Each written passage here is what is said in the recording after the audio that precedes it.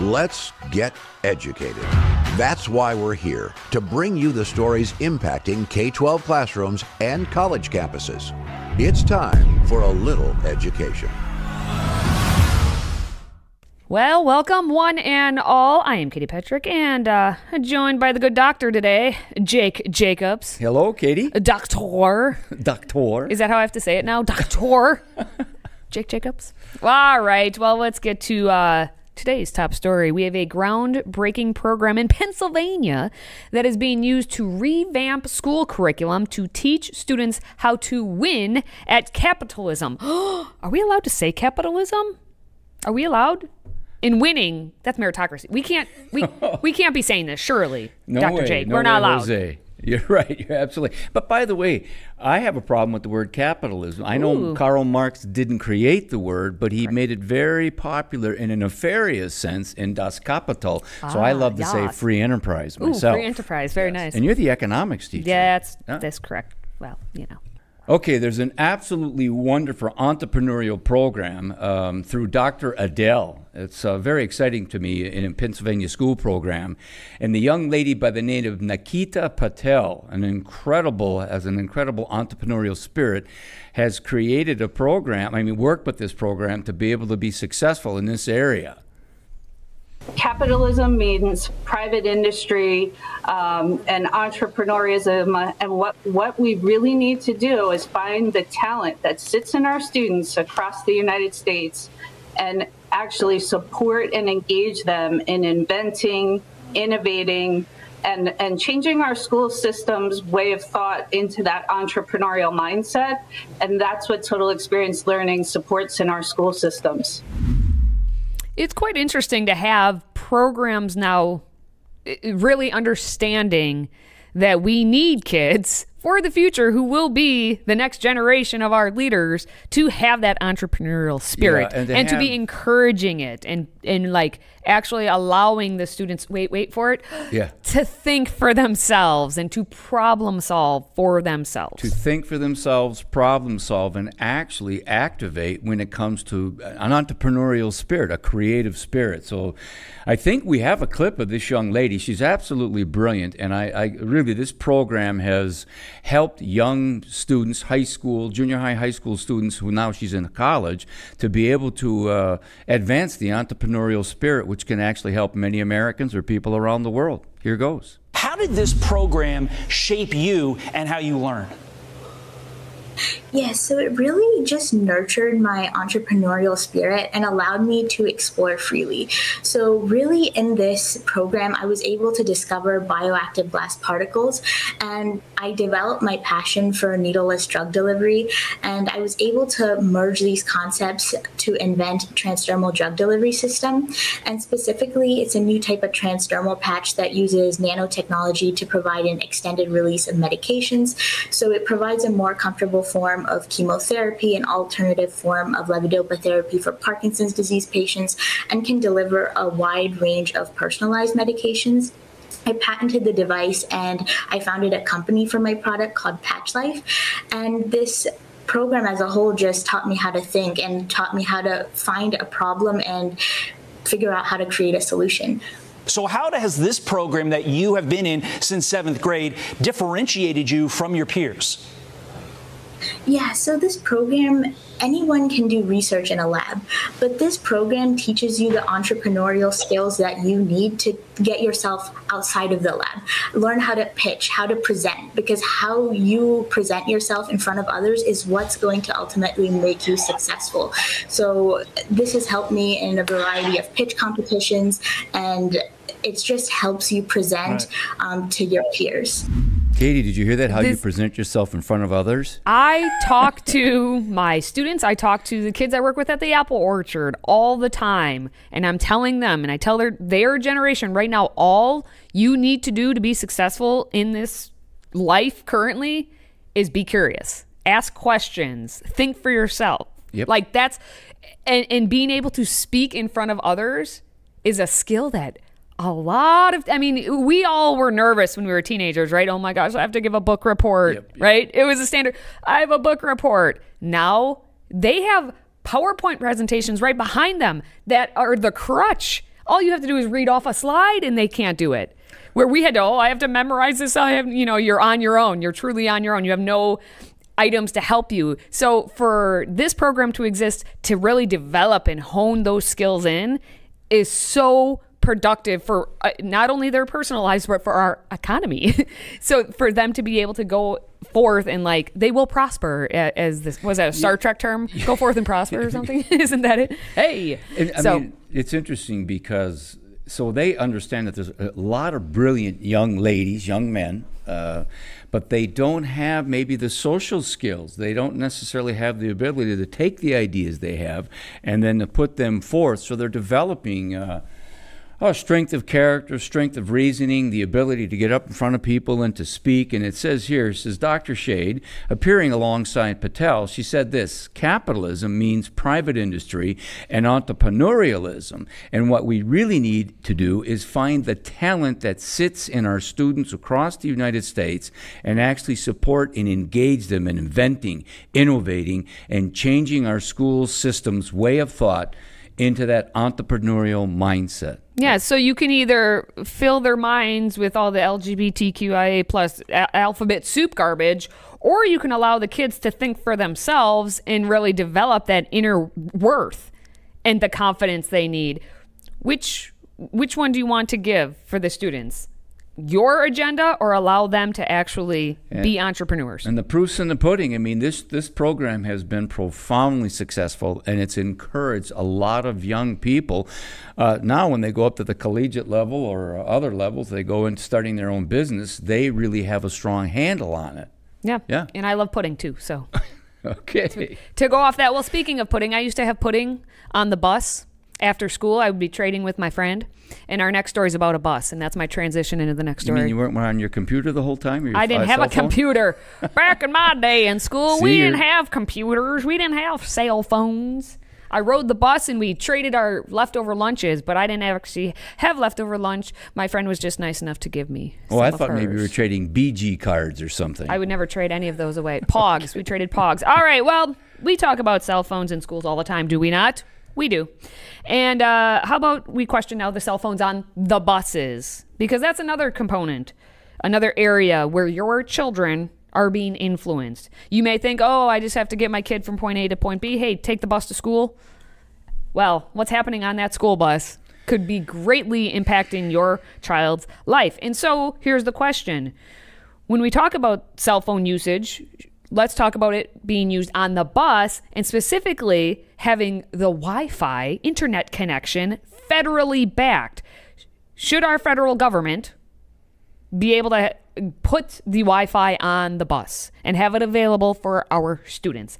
This is something we haven't really talked too much about, but over at The Blaze, we had Nathan Lemur and Joel Thayer who just wrote about it. Now, they wrote that late last year, the Biden FCC ramrodded a proposal through an arcane program called E-Rate to provide schools with millions of taxpayer dollars to pay for Wi-Fi on school buses. The administration argued that this modification to E-Rate would close the homework gap. The homework gap, by creating more time for kids to access the internet while on a bus to and from school. But in reality, it created a new window of opportunity for bullying and exploitation. Now, we may agree with what these gentlemen are saying, or, maybe we take the viewpoint that, of course we have to have Wi-Fi on this school bus. It's brilliant, and it's lovely. And it's everything everyone should always want. These are the modems that are on all of the school buses in the Mount Vernon Community School Corporation. Students will get a 4-digit access code from the driver that they can then use to hop online on their laptop or on their cell phone.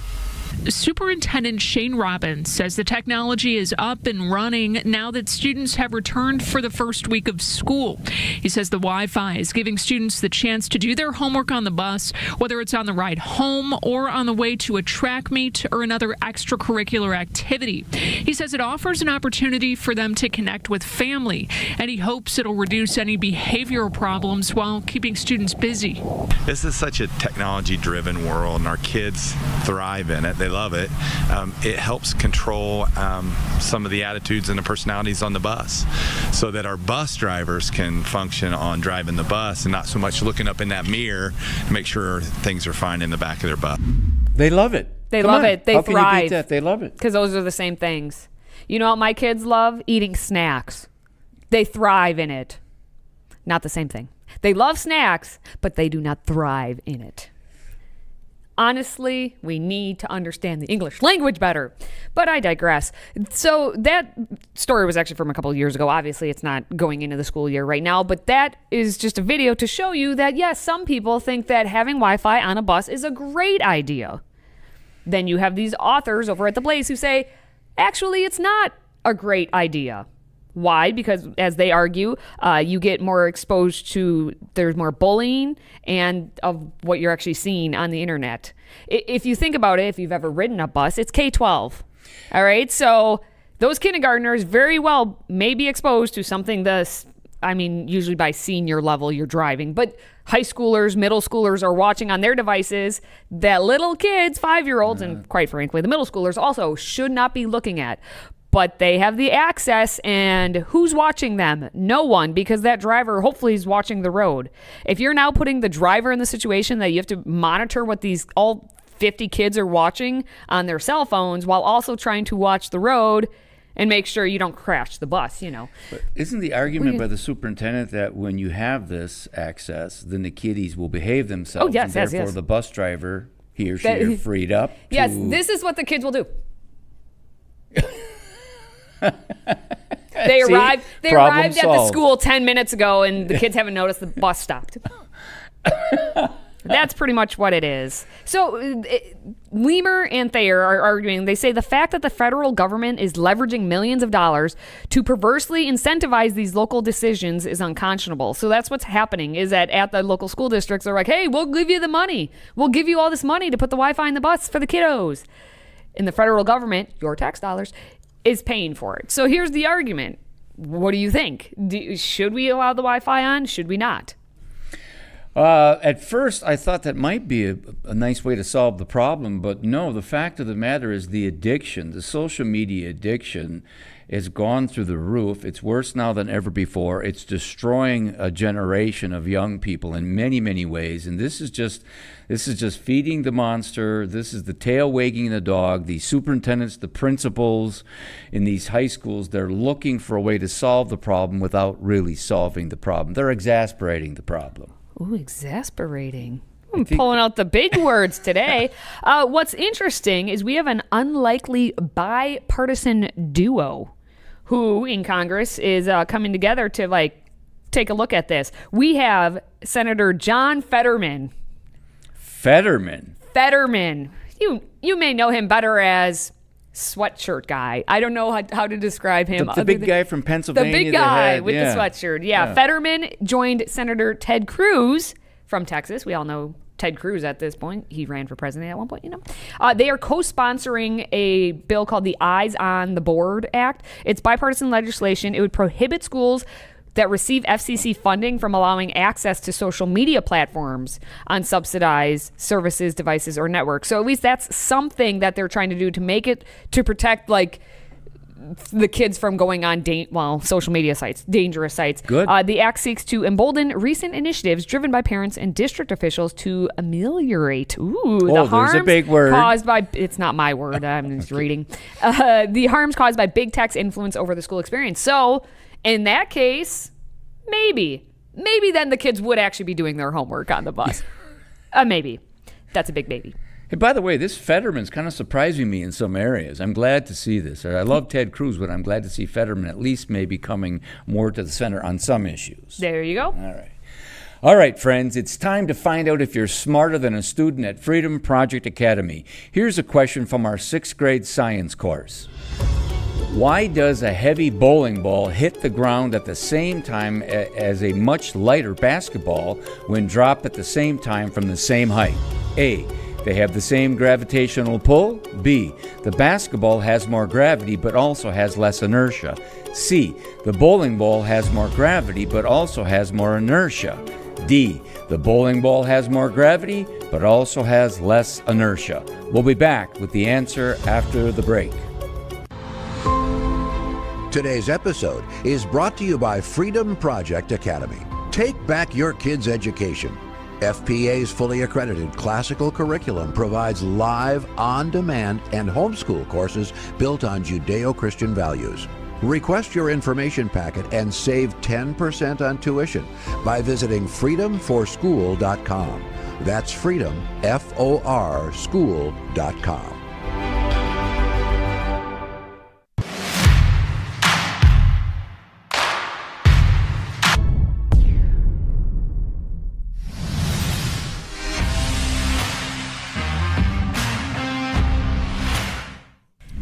We are back. Now, before the break, we asked if you were smarter than a student at FPA. Let's remember, the question was, why does a heavy bowling ball hit the ground at the same time as a much lighter basketball when dropped at the same time from the same height? Well, the answer, of course, is C. The bowling ball has more gravity. But also has more inertia. Ha-ha! For more information on Freedom Project Academy's Judeo-Christian Classical Online School that is now enrolling students for the fall, please do visit freedomforschool.com. That's freedom, F-O-R, school.com. You know what? The housing market is crazy out there. Crazy, crazy. It is. Whatever happened to predictability? The milkman, the paperboy, evening TV. Well, everywhere you go, there's a heart. There's a heart, a hand to hold on to. And if you're still with me, that means, you know, this next story is going to be about Full House. Oh, I love See Full what House. I did there? And it's because the Full House, the house itself, is up for sale. And it's honestly, it's not really like the house because they were in the studio, but it's a house. The house in San Francisco, where they like use the exteriors to be like, oh, that's the Tanner's home. That's the house that's for sale. So, I mean, yes, they shot the show on a studio lot, but the Tanner's home is for sale. Take a look. The quintessential San Francisco home from the iconic 90s sitcom Full House just hit the market for $6.5 million. While most of the show was filmed at the Warner Brothers Studios in Los Angeles, the exteriors were shot right here at 1709 Broderick Street in San Francisco. The 3,700 square foot home features 4 bedrooms and 3.5 bathrooms and was most recently renovated in 2019 by architect Richard Landry. This is an incredible opportunity to own an iconic piece of television history. The real question is, does the house come with Joey in the basement? I'm just wondering. Oh, or those cute twins. There you go. No. They're all grown up now, Jake. Yeah, I think they're fashion, like in fashion design or whatever. I don't keep up with them. I don't know. But hey, it's only $6.5 million. I mean, you get 4 beds, 4 baths. There's a gym area, the fireplace. It says it's a 2-car garage, but based on that, it looks like a 1-car. Maybe you must park 2 deep or something. But hey, it's also in San Francisco. So for free, you get your sidewalks decorated probably every day. You know, with random needles and feces and stuff. And Nancy Pelosi coming by every once in a while. Maybe to say she will. hello. She might. Yep. But guess what? We're not alone here with the Full House being for sale. It seems like a lot of houses are for sale, including none other than your Home Alone. Home. The one in north of Chicago. That's right. Out in the burbs, if you will, of the Chicago land. Yes. Home Alone House. Winnetka, Illinois is technically the community. We call it the burbs of Chicago. Yep. But the home is in Winnetka, Illinois. It was listed for $5.25 million. So if you don't quite have that $6.5 million just laying around, how about $5.25 million? Now that one already technically sold, so you're gonna have to wait for it to go back on the market. And it was snatched up after just one little week. That house we saw in the film is gone for over $5 million. Well, hey, what did they do to it? Whoa, it's way bigger than I ever thought. Just take a look. Welcome to one of the most famous houses in America. For the first time in 12 years, this home is for sale, and wait till you see the transformation. Everyone remembers this staircase.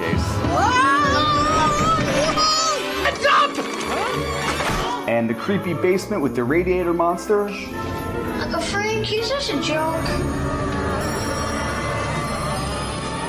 Isn't so creepy anymore. In the theater, you can watch Home Alone in the Home Alone house. And this was the biggest surprise. This is a regulation-sized 3-point line with 25-foot ceilings. And the hectic kitchen layout, well, it isn't so hectic anymore. And the scary attic. 3rd floor? Go. It's scary up there. Don't be silly. Fuller will be up in a little while. Isn't so scary anymore. It's actually a beautiful bedroom now. And you can own this piece of American history for $5.25 million. I mean, $5.25 million. And we don't know actually how much it went for, if it went for above asking, because it might have. We're going to have to wait for property tax time for it to come out, and then we can snoop around and kind of figure out what's going on here. But that house, I was baffled. It claimed, unless it was a typo, it said it was a 9,126 square foot house. That's 5 and times I'm like, the size of my home. Why? I'm like, why exactly? Who needs all of that? But apparently it is located in a highly coveted community known for its top-notch schools, beaches, lush parks, and charming downtown filled with trendy shops and eateries. And if anyone labels it something like that, you know it's some hoity-toityness. And if that's for you, go for it. I will not be visiting. Probably where Michael Jordan lives and members of the Chicago Bears, I would think. Maybe. Well, yeah. The Bears. The Bears. Anyway, well, that's all I'm going to go with. I'm going to not be home alone. I'll tell you that much. Okay. I already have a full house, so we're good there. All right, well, don't go anywhere, because up next we have some ranking of some things to do. Rank and File is coming up, and as always, we don't know what it's going to be about, so stick around. We'll see you in a moment. In 2024, we find ourselves at a pivotal moment where the call for unity, freedom, and a better future echoes louder than ever. Introducing Patriot Mobile, the wireless carrier that stands with you. We are committed to supporting the values that make our nation great. With affordable plans and reliable nationwide coverage, Patriot Mobile is not just a wireless service. It's a call to action for those who believe in the American dream. Get free activation now with promo code EDUCATED.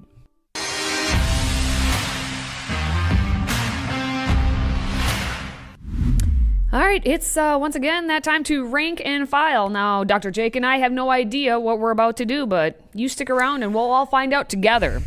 So, with the first presidential debate just around the corner, we thought it might be fun to rank 5 movies focused on the American presidency. Well, I do love myself a good American presidency film, so this should be fun, at least for me. Is it going to be fun for you? Yes, it will. Oh, okay. Now, before we get started, our producer, Michael, wants us all to know that it was extremely difficult to pick just 5 movies to rank. Now, if you know anything about Michael, he knows every movie on planet Earth and even on Mars. He watches movies all day, all night. He's a movie man. We call him Movie Mike. Anyway, please go easy on him, because he only had to narrow it down to 5, and it hurt his soul just as much as it may hurt your own. First movie, go. Lincoln. Oh, Lincoln. Oh, I saw that in theaters. Jeez. That is a phenomenal movie. What's the actor's name? Daniel Day-Lewis won the Oscar for best film. He's one of the most brilliant. He just becomes the person he is. Yeah. Yes. Oh. Was that method acting? Is that what that is when you become? Yep. Yeah. So Lincoln. It was a good film, but we have 5 options, and we don't know what comes next. So he's trying to hook us in. On a scale of 1 to 5, we have to rank it at one of our choices, and we can't move it. I'm going to put it at 4. 2. Ooh. 2. All right. 2. What do we got next? Primary. Oh, my goodness. John Travolta. Yeah. Okay. I saw this at way too young of an age. Because this movie came out, obviously, when Clinton was around. Yeah. And, 5. You just said 4 I did before. 4. Yeah. I'm going to leave my my top 3 because I'm hoping of my favorites are going to be on this. I'm going to give it 4, thinking there's another bad one in there. There's another bad one? Oh, I hope there's not a bad one. Yeah. All right. Let's take a look. Yes. Dave. I love Dave. Come on. It's cute. Kevin Kline is amazing. It's cutesy. You know what? It has one of the best economic lessons ever. All right, in the fair scene enough. where he brings his best friend in with the hot dogs and the mustard, and we're going to solve the economy. use that and in the guess classroom? what? I Have should. you? Yeah, see? I'll take a risk and go 1. I'm going to go 5. Oh! Yep, 5. How dare you? You're Why? gonna What's put so Dave bad about above it? Lincoln? Come Yes, on. yes, I am. That's stinking thinking. All right, fine. Next. Oh, ho, now that Harrison Ford. I have not seen the entirety of this movie. Phenomenal film, phenomenal. So what do I have left? I have 2. Well, yeah, that's for you to know. Oh yeah, I got to go with 3 then. It's my 3. It's because I only got my number 2 left, gotta and go I with really 3, hope and he I only picks have 1 left. what I hope it is. All right. Ah, yes, the American president. It was gonna be my 1 or 2. Yes, yes, yes. That's my 1. That's all I have to say. That's my 1. Is yes, yes, yes. You That's know my why 1. it's so yes, yes, yes? Because. Do we know who wrote and did all that with that movie? Oh no, I don't. Aaron Sorkin. You know what TV show he created? The West Wing. Do you know who like half the cast of The West Wing is in American President? And once again, I beat you. You hear that? He's an abuser. All right. Well, that is how we rank and file around here. Let us know how we did. Where would you put your movie selections for the American President movies? Maybe we'll have to do a part 2. All right. Well, if you do enjoy our content, please do consider subscribing to our audio podcast and weekly media e-blast, which does contain all of the top stories from the week. Now, to get it, all you have to do is go to stayeducated.org. And that, of course, is going to wrap up Educated for this week for Jake and myself. Thank you for watching, listening, and supporting this show. Arrivederci. Until next time, stay educated, America.